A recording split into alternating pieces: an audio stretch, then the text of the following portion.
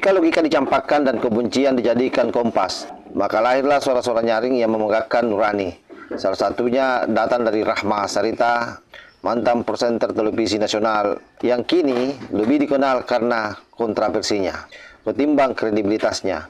Di tengah upaya hukum menuntaskan fitnah ijazah palsu Jokowi, Rahma Sarita malah tampil barbar, membela Roy Suryo CS dan menyerang institusi negara yaitu Polri.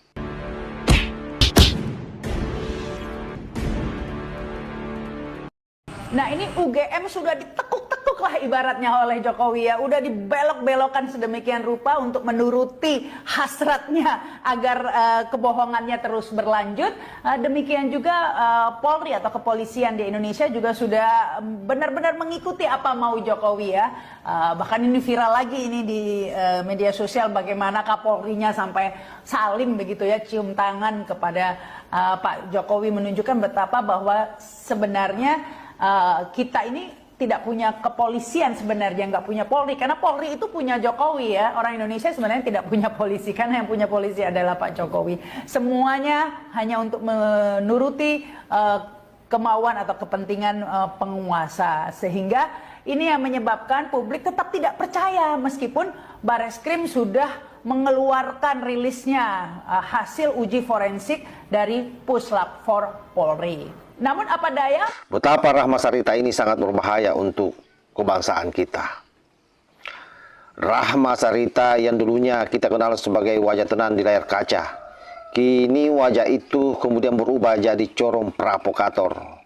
Di media sosial dia menyerang Polri secara terang-terangan, bahkan menyebut bahwa Polri hari ini milik Jokowi. Ini pernyataan bukan hanya ngawur, tapi juga sangat berbahaya bagi persatuan bangsa. Entah apa yang membuatnya begitu dendam terhadap Jokowi. Apakah ini kebencian lama yang belum selesai atau ada motif politik yang lebih dalam? Kita tahu bahwa Rahma Sarita ini juga adalah merupakan imigran Yaman ya. Jadi seharusnya Rahma Sarita tinggal di Indonesia ini harus baik-baik.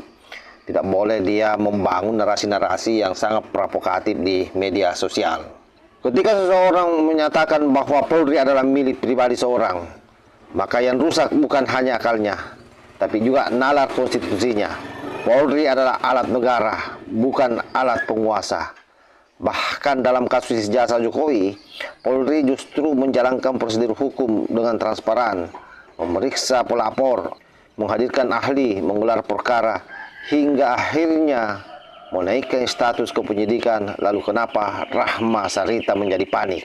Ini pertanyaan yang harus dijawab oleh kita semua. Banyak yang bertanya-tanya kenapa Rahma Sarita begitu getol membela gerombolan penyebar hoaks ijazah Jokowi.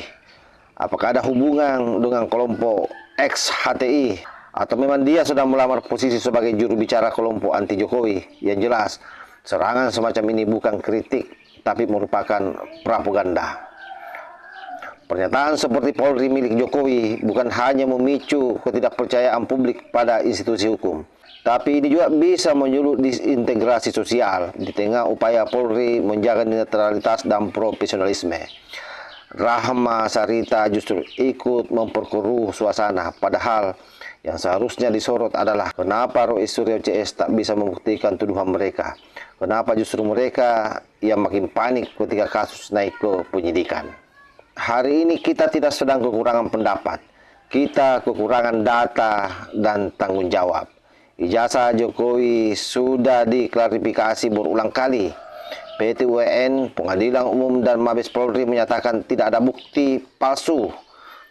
Tapi Rahma Sarita dan kawan-kawan justru memilih percaya pada hayalan Rismon Sianipar, Roy Suryo dan Dr. Tipa, yang dia sendiri tak mampu menghadirkan fakta.